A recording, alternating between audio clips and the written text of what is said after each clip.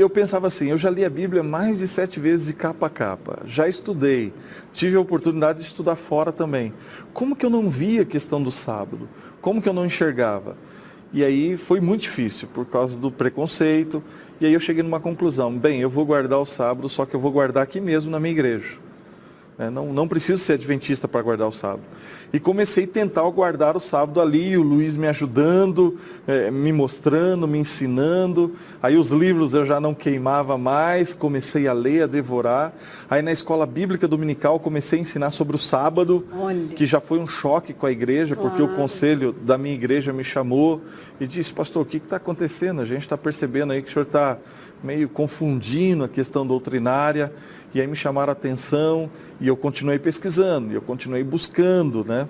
E o Luiz fez 40 madrugadas, que é um projeto que a igreja tem, e nos 40 madrugadas ele pediu para Deus, Deus, não deixe o pastor William dormir enquanto não conhecer a verdade. Então assim, de um lado, Luiz me amando e orando, e de outro lado esse conflito de busca, de conhecimento, de ir atrás. Quando eu trouxe um DVD do pastor Luiz Gonçalves, que depois eu o conheci, né, na Associação Paulista Central, aqui em Campinas, e ele me deu de presente. E eu levei e entreguei para cada membro da minha igreja, para cada família. E aí nós fomos num encontro em Avaré, um encontro da Igreja Adventista. E nesse encontro... Nós, quem você diz? Você? Eu e a minha liderança. Você e a sua liderança. Porque essa verdade eu não queria só para mim. Eu queria para todos. No momento que eu descobri que o sábado era o dia do Senhor e deveria ser guardado, é como eu disse, eu não pensava em ser adventista. Eu queria guardar a verdade bíblica com aquele povo que eu amava. Alguns eu havia batizado, feito casamento, apresentado filho. Então eu queria estar ali com eles e queria a salvação deles. Então não era simplesmente para mim. Como pastor deles, eu queria que eles também conhecessem. E aí depois que eu entreguei isso para cada um, que aí o conselho me chamou novamente e disse, pastor, desse jeito não dá.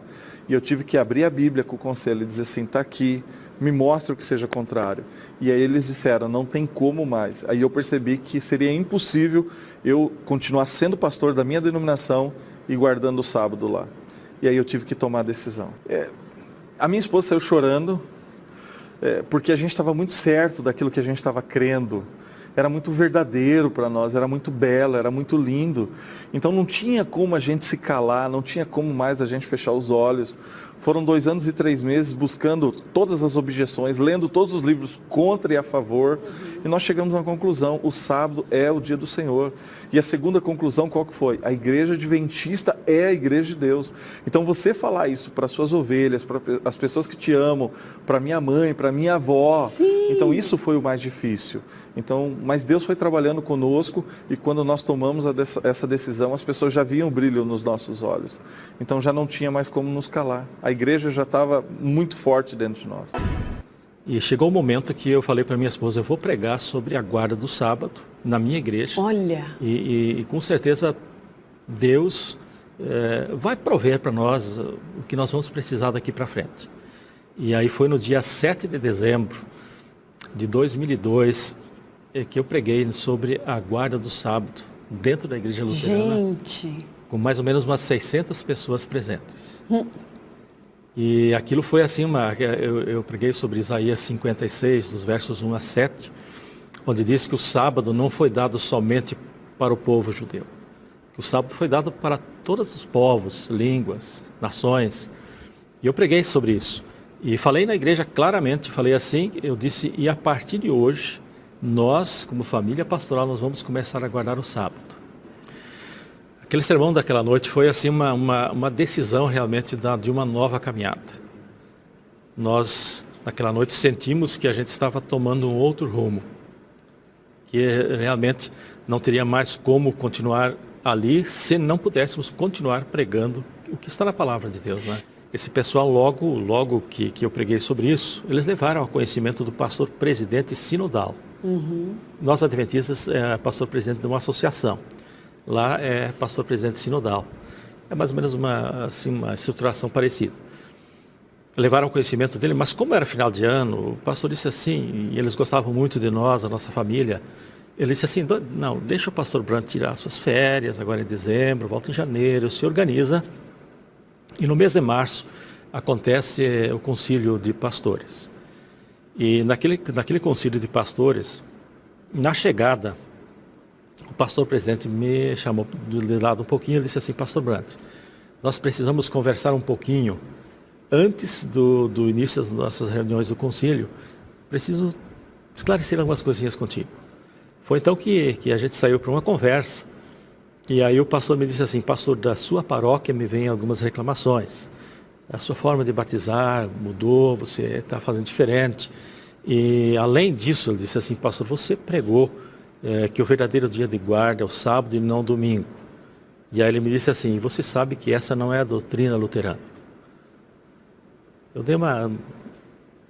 fiquei assim em silêncio um pouquinho. Eu disse: pastor, eu sei que não é a doutrina luterana, mas pastor, na Bíblia somente fala do sábado como dia do Senhor e como mandamento do Senhor, e em nenhum lugar diz que esse dia foi mudado. Aí ele me disse assim, ele disse: tudo bem, nós estamos propondo para você que você se retrate, que você volte atrás. Nós gostamos de você, gostamos da família, e a gente gostaria que você se retratasse, voltasse atrás, que você voltasse para a sua igreja e que dissesse para a sua igreja que você estava equivocado. Olha. Que você leu um livro e esse livro bagunçou a sua cabeça, mas que você vai deixar tudo isso de lado e vai continuar sendo o pastor que você sempre foi. Foi aí então que eu falei para ele, eu disse: pastor, eu acho difícil. Eu hoje diria para ti assim, ó, que eu não vou me retratar. Olha. Porque estou convicto dessas verdades. Porque não são ensinamentos de uma igreja, mas são verdades bíblicas. E aí ele me disse assim, e você está disposto a pagar o preço? Você está disposto a pagar o preço contigo, com sua esposa, com seus filhos? E quando ele disse: você está disposto a pagar o preço, a gente sabia do que ele estava se referindo. Né? Eu disse: pastor, eu estou disposto. E eu disse assim: se o Senhor esteve conosco até agora, se Deus nos abençoou até agora, eu acredito que Deus não vai nos abandonar, porque nós queremos agregar conhecimentos maiores e realmente fazer o que Deus nos manda na sua palavra. E aí ele me disse assim: tudo bem, está nas suas mãos. Porque até então eu pregava o contexto que eu conhecia. E aí eu me deparei com outras verdades que até então não tinham sido reveladas para mim. E eu me vi nessa obrigação: peraí, eu não posso segurar isso só para mim. Eu tenho que compartilhar. E isso fervia dentro do meu coração. Olha. E aí eu comecei a compartilhar com a congregação local, né, com o qual eu era responsável na ocasião. Comecei a compartilhar algumas verdades, como também os mandamentos de Deus, que até então eu tinha aprendido que tinham sido abolidos. Olha. Os 10 mandamentos. Eu tinha aprendido que Jesus tinha inaugurado a dispensação da graça, que é uma teologia dispensacionalista, né? Então, dentro desse contexto, eu entrei em choque. Eu falei: peraí, não, a graça ela sempre existiu, desde o princípio. Senão Adão e Eva, eles teriam morrido no ato do pecado, né? Então, eu me deparei com essas verdades e me senti na obrigação de compartilhar com as ovelhas. E até então comecei a compartilhar. Eu lembro exatamente, foi num domingo, porque o culto principal era no domingo. Então eu levei as verdades sobre os mandamentos de Deus. Os 5 pilares da verdade, né? Os mandamentos de Deus compõem um deles. Quando eu preguei sobre os 10 mandamentos, foi um choque. Porque eu contextualizei e no final eu expliquei para a congregação que eles teriam que obedecer os 10 mandamentos. Todos os mandamentos, não só 9, não só 8, mas todos os 10 que continham, por exemplo, em Êxodo capítulo 20. Então, esse foi praticamente a última pregação que eu tive naquela congregação. Mas a reação que veio por parte dos membros ou os seus líderes também já estavam sabendo? Então, a reação partiu da liderança da igreja, né? Os membros tiveram uma reação, mas não foi tão expressiva. Os membros reagiram de forma até mais acolhedora àquela mensagem. Agora a liderança já não. A liderança já me procurou, queria que eu me retratasse, né? Então eles chegaram até mim e falaram assim: então, Marcelo, quer dizer que você está pregando sobre os 10 mandamentos? E citaram até de uma forma, né, de chacota. Não, você está tendo estudo bíblico para entender isso aí? Por que você está pregando essas coisas? Aí eu entendi, não, eu entendi na Bíblia que é verdade, os mandamentos estão a vigor. Até então eu até citei, por exemplo, Apocalipse capítulo 11, versículo 19, que João, ele viu no céu o santuário, e abriu-se o céu e foi vista a Arca da Aliança. E o que tinha dentro da Arca da Aliança? Os 10 mandamentos. Então eu tive essa visão, compartilhei com a liderança e expliquei, não, os mandamentos estão em vigor. Estão em vigor e tem que ser obedecido. Você teve essa força de presença? Sim. Ali? E aí eu fui barrado, né? Eu fui pressionado.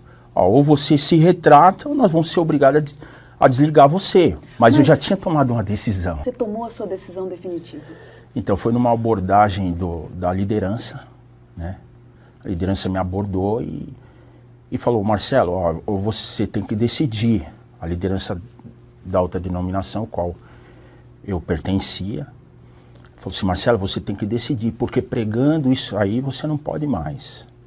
Nós não queremos nos ver sem você, porque, querendo ou não, eu exerci uma boa liderança, não trazia problemas, né? Então eu cheguei num ponto que, dentro da Escritura Sagrada, eu me deparei com um verso. Apocalipse 18, verso 4. Porque estava uma verdadeira confusão na minha vida, né? Uma confusão religiosa, uma confusão de pensamentos, uma confusão total. E nesse versículo, Deus convida a sair daquela confusão, né? Deus, ele faz um convite para a humanidade, mas aquele convite foi pessoal para mim. Quando eu me deparei com esse verso, mesmo em choque com a liderança, eu decidi abraçar, então, todas as verdades que até então eu não conhecia. Eu decidi abraçar, né? Estava tendo conhecimento e abracei todas as verdades. Olha, abandonei tudo. Eu tenho que tomar uma decisão porque agora eu sei. Eu não posso me acovardar em pregar o Evangelho de Cristo na totalidade. Então, agora que sei, os membros da igreja que a mim foram dados para conduzir para os céus, precisam conhecer o Evangelho. Puxa, então, o que é que eu faço? Vou na Associação Pernambucana, vou nas casas publicadoras e compro revistas, compro livros e começo a distribuir com os membros da igreja para que eles conheçam. Estabeleço na igreja a escola bíblica, eu trago as revistas da escola sabatina para tratar do assunto. Olha. Estabeleço na igreja a semana, as semanas que a igreja adventista aplicava, eu também aplicava na igreja.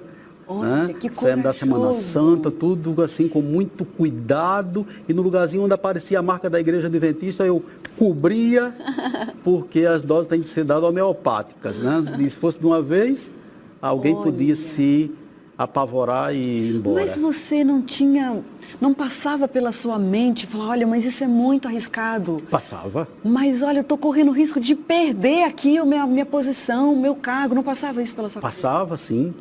Mas eu ia e você não se amedrontava? Um pouco, porque na época eu me sentia como um Lutero da vida, porque eu não queria nem abrir outra igreja, nem sair da igreja. Eu queria que a igreja, ao menos a igreja local, atentasse para a necessidade de obedecer a palavra de Deus. E você sentiu que alguns corações ali se abriram? Senti. Né, mas recuavam a partir do momento que outras pessoas, ou a maioria, chegavam e diziam, olhe, o pastor Gildo nessa quarta está dando o estudo de Daniel, não entrem. Ai, ai, ai. Porque o que ele está ensinando é da igreja adventista. Começou não a acontecer entra. isso. Né? Começa a acontecer, começa a recuar para a escola sabatina, que na verdade não era sabatina, só a revista, né? Mas era a escola dominical. Mas a revista era da escola sabatina, começaram a não querer mais contribuir com nada, né? Ou com tudo. Puxa. Recuo total.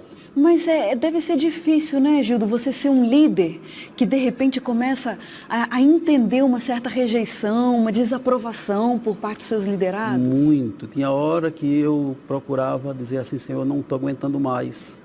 Eu não estou aguentando mais, Senhor, porque a carga está pesada, o povo não quer. Eu não sei o que fazer, Senhor. Eu estou me sentindo um Josué que povo ficou todo desarrumado, porque servir ao mundo parecia ser melhor, e eu dizia assim, as coisas estão se repetindo durante a jornada do povo de Deus quando sai do Egito. E eu não tenho mais forças para prosseguir, Senhor. Puxa vida. Passamos quase que uns 6 a 7 meses nos preparando para isto, porque eu não podia abandonar a igreja de qualquer jeito, né? Mandando uma carta dizendo, gente, eu fui. Não, eu precisava dizer à igreja para onde eu estava indo e por quê. Então, oramos, eu e minha esposa oramos, e um determinado dia minha esposa teve um insight, disse, filho, eu já tenho a forma para a gente avisar para a igreja. Porque até então ninguém sabia que eu ia sair. Muitos, inclusive, me aconselhavam, pastor, vai embora, pastor, o senhor está sofrendo muito. Não fique aqui. Foi um período difícil. Um período difícil. Não fique aqui tentando morrer ou puxar a igreja. Vá para a igreja adventista. Me convidaram para a regional para perguntar por que é que eu estava adotando na igreja a revista da igreja adventista. E aí eu fui prático com eles, disse, por que nós não temos uma revista de qualidade, porque a revista da Igreja Adventista, eu entendo que é uma revista que tem qualidade, e eu como educador, eu podia aplicar ou trabalhar com o jornal do dia, sem que as pessoas fossem para outro caminho. E assim eu fiz. Então, dia 4 de dezembro, ele estava lá para celebrar a ceia, celebrou a ceia, já havia ido na igreja outras vezes para me colocar em disciplina por conta das pregações, porque tinha algumas palavras na igreja que eu não podia falar mais. Eu não podia falar mais sexta-feira, porque já ficavam todos atentos e ele já vai falar do sábado. Eu não podia falar do domingo, ele vai voltar para o sábado. Né? Eu não podia falar sobre santuário, eu não podia falar sobre nada que a igreja adventista, à luz da Bíblia, prega para esclarecimento e preparar o povo para chegar nos céus. Você foi ficando numa situação difícil. Muito difícil. Foram me cercando. Pouco a pouco foram me cercando. Alguns de uma forma direta, outras de uma forma indireta, mas foram me cercando. Desde alguns membros da igreja a alguns pastores na igreja, né?